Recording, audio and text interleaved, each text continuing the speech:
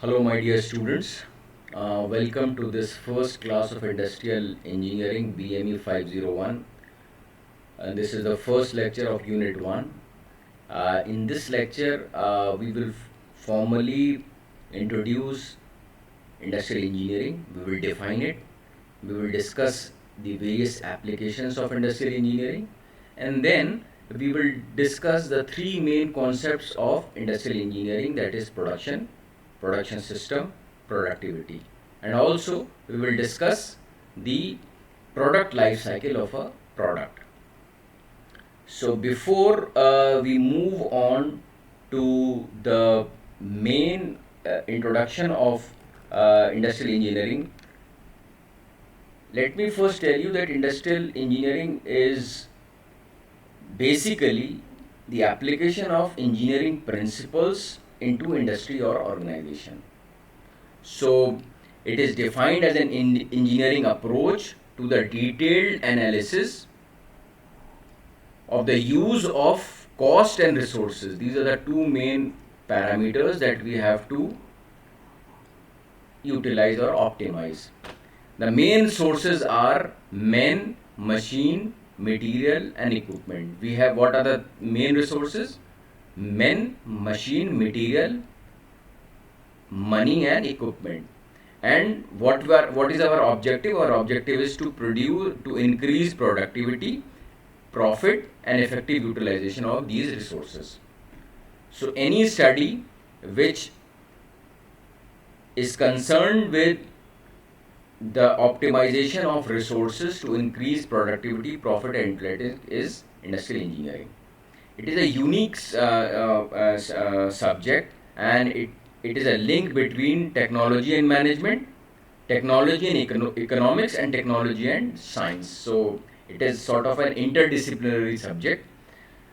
And one more thing is that Frederick W. Taylor, he is considered as the father of industrial engineering. We will be hearing this name a lot in the coming lectures. As far as application of industrial engineering is concerned, so any system or any organization or any sector which wants to eliminate wastage of time, money, material, energy, and resources has to apply principles of industrial engineering.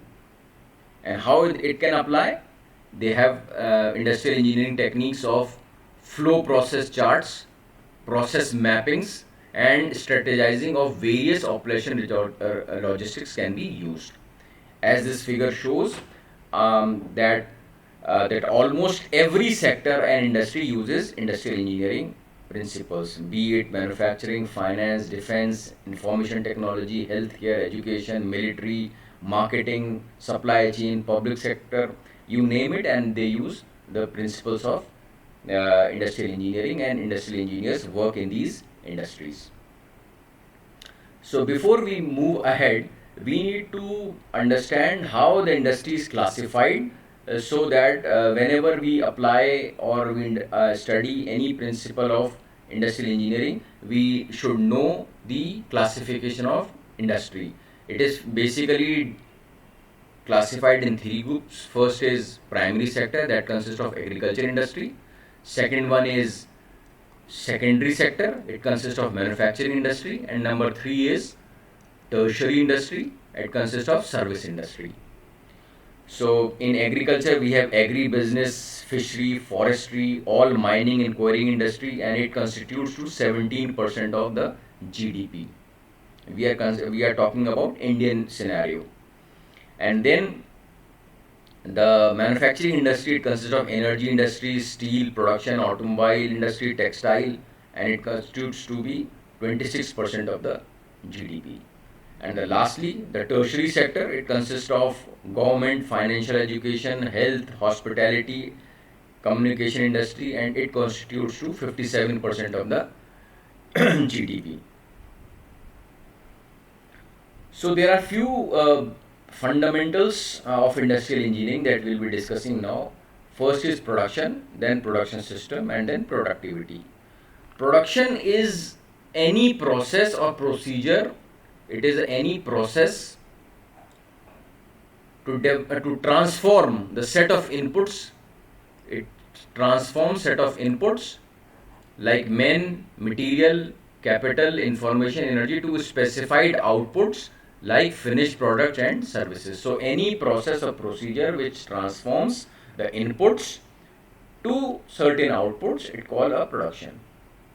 Whereas production system is concerned, it is the method or procedure or arrangement which includes all these functions. It has three components: input. Input can be machine, labor, raw material. Then we have a conversion process. It can be manual, it can be mechanical, it can be chemical. And through this conversion process, we have certain outputs. It can be finished good products or it can be services. So a schematic model of production system is shown in this figure. It has certain resources like men, machine, material, money, methods and management. This is known as 6 M's. These are inputs or resources. They undergo certain transformation process as we have discussed in the previous slide. It can be manual, it can be mechanical, it can be chemical. And through this transformation process, we are getting certain outputs like goods output, information, which is very important these days, service that can be rendered, and these outputs are consumed by the consumers, and according to their experience, the consumers, they respond or they give their feedback, and according to their feedback, the inputs are modified or changed, and this is how a production system behaves as an input and output system. Another thing that we should have a certain understanding is product life cycle or life cycle of a production system. So as this figure shows, we have time in one axis and sales and profit in another axis. So as the time increases, the sales it increases, then it reaches its a peak point, and then it starts declining, and finally it is abandoned. So the different phases of life cycle is: first is introduction, then there is a growth, then there is a period of maturity, then there is a period of decline, and finally it is abandoned. So I have just listed seven phases of production life cycle. These first three phases, that is the birth, product design and design of a system, this is basically before the introduction of the system. This is first, then second, and then third, and then the fourth, fifth and sixth and seventh phases will behave as shown in the figure. So this is a typical life cycle of a production system. Then another very important concept is productivity. It is different from production. It is defined as the ratio of output of the goods and services to the inputs of the resources. It is basically efficiency. Production, as shown in this formula, is output. Output can be goods, it can be services, divided by input. Input can be labor, capital, material and energy. There is one important note that we have to keep in mind, that production and productivity are different terms and carry different meanings. It is wrong to assume that higher production will always lead to higher productivity or vice versa. It is not true that if you are having a higher production, we are having a higher productivity. This table shows or it differentiates between production and productivity on the basis of its definition, use, work done and measurement. As far as definition is concerned, production can be defined as the act of manufacturing goods for their use of sale. Whereas productivity is concerned, it is defined as a rate at which the products are produced. It is a rate. As far as use is concerned, it is the actual process of conversion. It is the actual process of conversion. This is the main word. And in case of productivity, it is the utilization of resources to form goods. It is a utilization of resources. As far as work done is concerned, it is the amount of work done or manufactured is the output. And the productivity, it is the amount of work one gets for a certain spending cost, for a certain cost, how much work is done. It is measured, it is a measure of produced good, it is a measure of efficiency.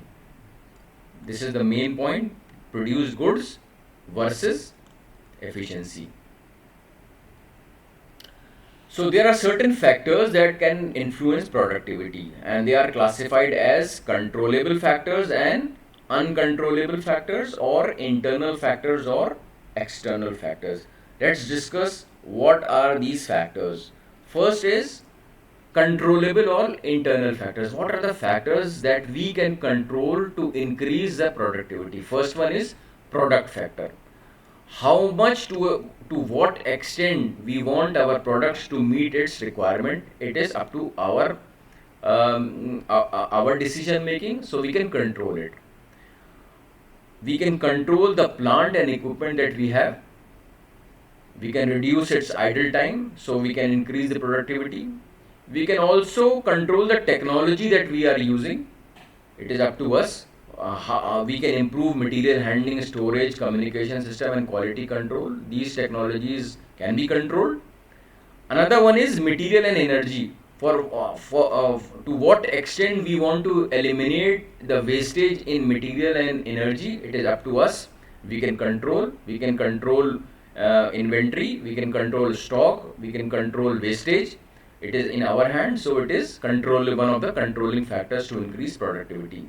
Another factor that we can control is human factors, and basically it depends upon the competency and skill of workers. And to improve the competency and skill, we have to motivate employees, and that will enhance productivity. Then another factor is work methods. What strategy we are applying to do a work, how much time we are spending for a certain work, it can be controlled. And this work methods we will be studying in detail in the next semester, where we have time study and method study. Then what management style we have? We have a flexible management style where everyone is encouraged to do his best. It is controlled. It is a factor that can be controlled, and it can increase the productivity. Then there are certain uncontrollable factors that can increase or decrease productivity that we cannot control. First one is structural adjustment. There are certain economical changes or societal changes. For example, there is an import of a new technology, or there is a shift from employment from agriculture to manufacturing industry. We can't control it. It is a decision that the whole society has taken, so we have to abide by that. Then there is industrial competitiveness. We can't control it. We are having an industry, we are having a monopoly, or we are doing good, but then then all of a suddenly there is another manufacturing organization that rises, and which is rival, and we have to compete with it. We can't control it. Then there are certain natural resources we can't control. Manpower, land, raw material are vital for in productivity improvement, and these are uncontrollable factors. We can't control it. And then finally, the government and infrastructure policies, the rulings, the policies, the programs the government introduces.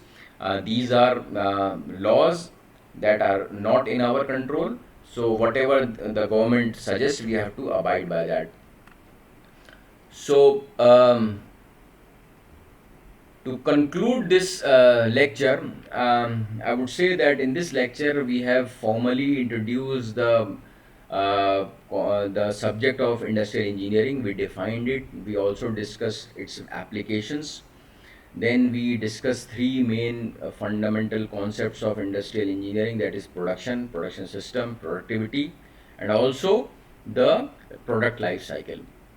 If you have any query regarding this lecture, please feel free to contact me on my mobile number or on my email.